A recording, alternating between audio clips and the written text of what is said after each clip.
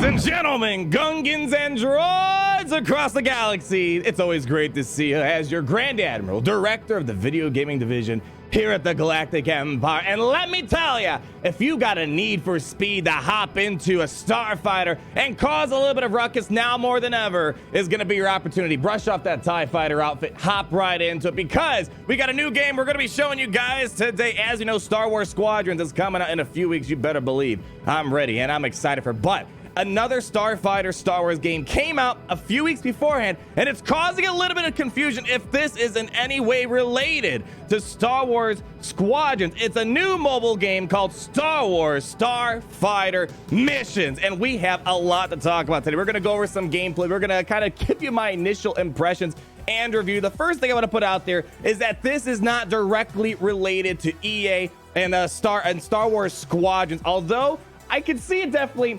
satisfying an itch of doing something Starfighter related until Star Wars Squadrons come out. But to my knowledge, there was no kind of timing of all this. I think it's just coincidental that all this happened at the roughly the same time, give or take. But it's not like Star Wars Battlefront where they had the companion app. Nothing of that sort. The best way I can describe this game, it's kind of like Star Wars Galaxy of Heroes with the ship collector aspect, with a little bit better graphics, but the gameplay mechanics are kind of like Galaga, a very old school retro arcade game where you got the little ship and you're shooting the aliens, they're going left and right and all that fun stuff, shooting your little rockets. The game is similar.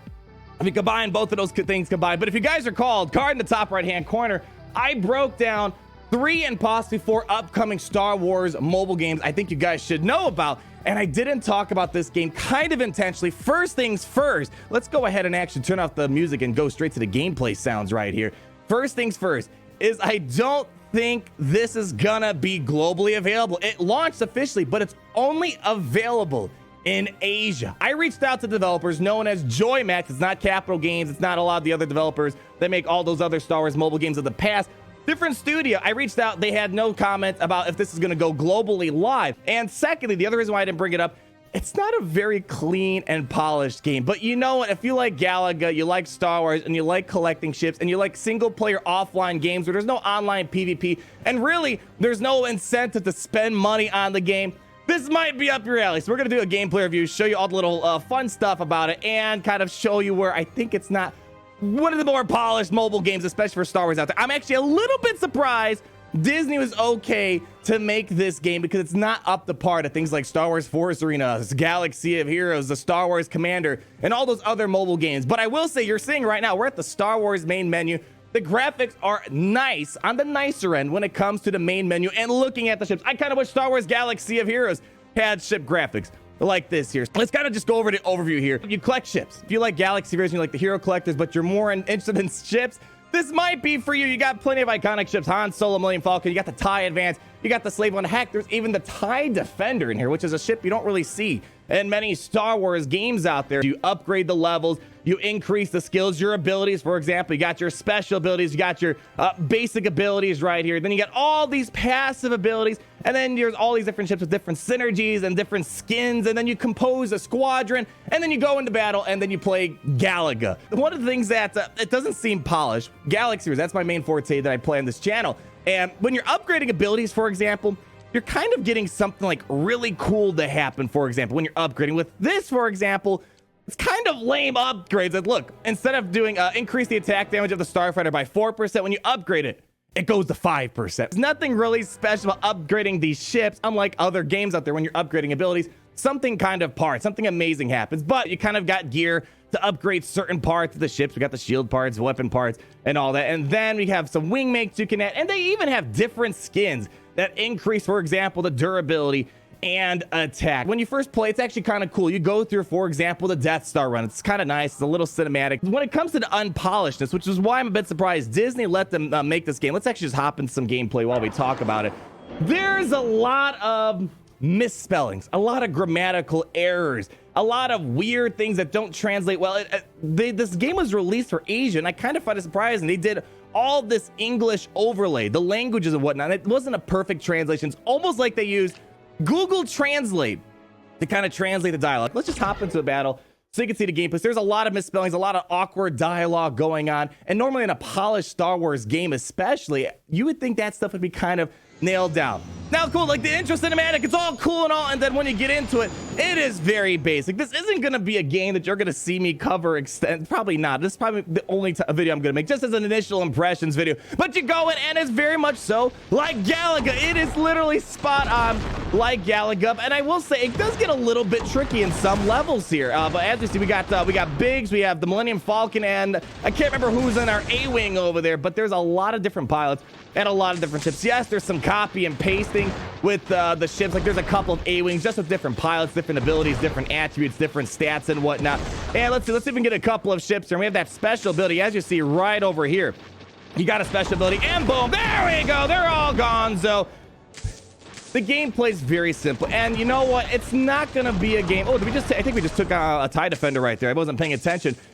It's not going to be a game like Galaxy of Heroes or even Lego Star Wars Battles. That was another Star Wars game that is coming out globally at some point. We're still waiting for it to go globally launched, but it's just a fun game to kind of, if you just want to sit on the couch, have some mindless Starfighter combat, it's going to get the job done. A couple different game modes. Right now we're playing through the campaign, but there's a couple of other ones like Defend Your Capital Ship Base. Go see, look, see, we're getting a little bit of action right here. There's a couple of other ones. There's you like attack the opposing Star Destroyer, defend your Star Destroyer. Then there's some like timed runs, for example. We'll kind of run through the various game modes, but this is really all there is to it. Yes, there's different missions, for example, to go through, as the name of the game kind of implies, but overall the core mechanics are going to be more or less the same. Of course, you can put together a different squadron of some sort. Oh, do we have a boss battle right here? This might be, oh, that was, all right. I don't know what that guy was doing. He just kind of cruised on by and we lit him up. Hopefully he doesn't have a bad day after that. I think this game, honestly, you know, I believe there's a company called 1UP that makes like arcade games. They made a retro arcade game of Star Wars. And I'm almost surprised that Disney didn't say, hey, instead of a mobile game, let's just make this into like an arcade game. It's basically, you know, that's all it is. It's just something you'd see in an arcade and on your mobile device. And you know what? It's fine. But again, I'm just surprised to see Disney let this game go live. It's not really super engaging. It's just a fun game to sit back, relax, maybe have your kids play and collect the different ships. And there's really, again, no incentive to whale or spend money. And there we go. It's got cool little cinematics. I will say this. The ship aspect of Galaxy of Heroes, I think they can learn a couple things in terms of at least the ship graphics. And like when you're looking at the ship, upgrading it, it could definitely be a lot more pleasant. Like one of my feedbacks I've gave way back when for Galaxy of Heroes is that when you're going to a character menu, for example, it'd be nice if they made it look a little bit more appealing. Like you can't lie. When you're upgrading your ship, I kind of wish, for example, that, you know, this would be kind of the background when you're upgrading your Millennium Falcon, for example. There's a light side and dark side path. I just unlocked the dark side path not too long ago. I haven't been really playing this game hardcore because it doesn't appeal to me too much, but I wanted to make sure you guys know. But still, I mean, the backgrounds look kind of nice. I like the little details they put into that. It's just pretty basic gameplay. Let's go ahead and do something else here. Hop over to the shop real quick. As I said, there's really not a need to spend on this game unless you just like collecting. Again, there's no PvP as of now. You're not fighting other people. You're just kind of doing single player arcade missions. But if you want to whale, there are things to whale on. I've collected some tickets so we can open up some boxes. For example, I need some dark side chips. Why not? We're going to go ahead, open up, do a little pack opening, I suppose. And it's kind of cool how they do it. You go ahead and scroll down. And it looks just like what you saw in Scare, where you're going ahead, trying to find a data file. Hopefully there's no Death Star plans located in this one right here. And there we go. We're going to open, I mean, besides the gameplay, all the other little details of the main menu, upgrading characters, even doing a pack opening or even unlocking a ship, just nice little details. So I can't say the graphics are horrible until you actually get to the gameplay. The music's kind of basic as well. All right, so we got Scorch, we got a TIE fighter, first order fighter, and actually it's important to point this out because I know a lot of you guys are going to say, where are the clone era ships? Unfortunately, this game is only focuses on the original trilogy as well as the sequel trilogy. So First Order Resistance, Empire, as well as the Rebellion. There we go. We got a TIE Defender right there. Beautiful. Let's go ahead and finish the animation. I think it's cool. Like in Galaxy Heroes, I wish they would add the TIE Defender inside a Galaxy of Heroes. Boom. Beautiful. Tan Black Star. I don't know any of these guys. Are these guys in our database, Gary? We're going to have to double check and cross reference them. But here we go. Let's speed up the rest of this right here.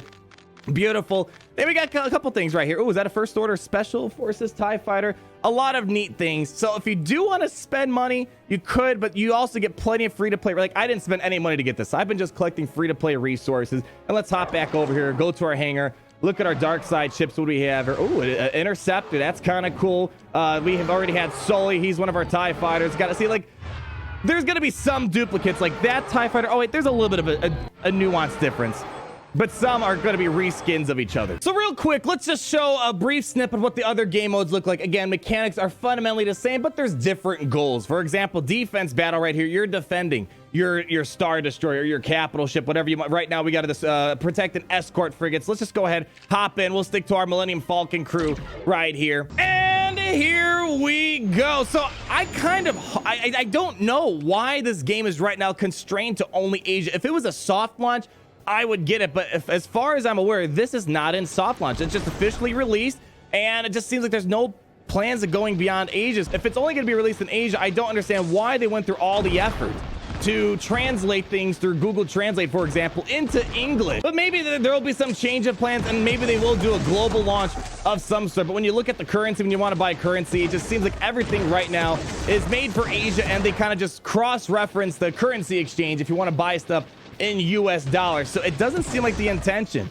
was meant for the US or Canada, but usually when a game goes in soft launch, you see it in New Zealand or you see it in Canada. For example, Star Wars Lego Battles, we covered that. That's right now in soft launch in Australia, New Zealand, but you still can get access to the game until it goes globally live. This just doesn't seem like there's any plan, but you guys get the drill right here. As you see, we got our frigate right behind us. We just got to make sure no damage is done to them. And there we go. The frigate escaped. Oh, another day for the rebellion. Oh, all the hunky-dory happy stuff. Oh, yeah, the rebellion gets to live on. We all know how it pans out from there. But that's really all there is to it, to this game. Again, if you want to play this, it is available in Asia, but it's not available anywhere else. Let's go show you how you could get a hold of it if you really want to. It's just really, really weird. Like, for example, here's the page to check out the game. Let's go ahead and swap our music back on here. As we see, you know, for example, even the website's region locked. So if you're outside of Asia, you can't even access this website. Like, watch, we're going to go ahead, try to load up this website. It just redirects you to the Star Wars page and zero information regarding this. It's just going to bring you to the Mandalorian Season 2 trailer, which, heck yeah! Whew, this is the way, ladies and gentlemen, out there. But if you do want to play this game because it appeals to you, want some more Starfighter action, or you're just trying to hold off until Star Wars Squadrons releases for PC, PS4, Xbox next month, the way I did is I'm playing on an Android emulator. You're going to either need an Android emulator, which you can download. I'll leave a link down below to BlueStacks, which is what I'm using today. And then you can download the APK file right here. Links down below. Again, you know, use it at your own expense. If your phone mysteriously blows up, don't blame me. This is just how I did it. I'm not responsible if you guys can't figure this stuff out. That's gonna wrap it up for today, ladies and gentlemen out there. Like we did enjoy the video. It's always fun showcasing new Star Wars stuff. Of course, not every Star Wars thing out there is gonna be as mind-blowing as the last, but still, as your director of the video gaming division, I like to make sure you guys know what Star Wars games are out there. And with Star Wars Squadrons coming out next month, we got a little bit of a fever to get some more Starfighter action. So like, comment down below your thoughts of the game, and of course be sure to subscribe so you're not missing a thing, because it's always great to be in the Empire today. We'll catch you guys later. Roll out that outro.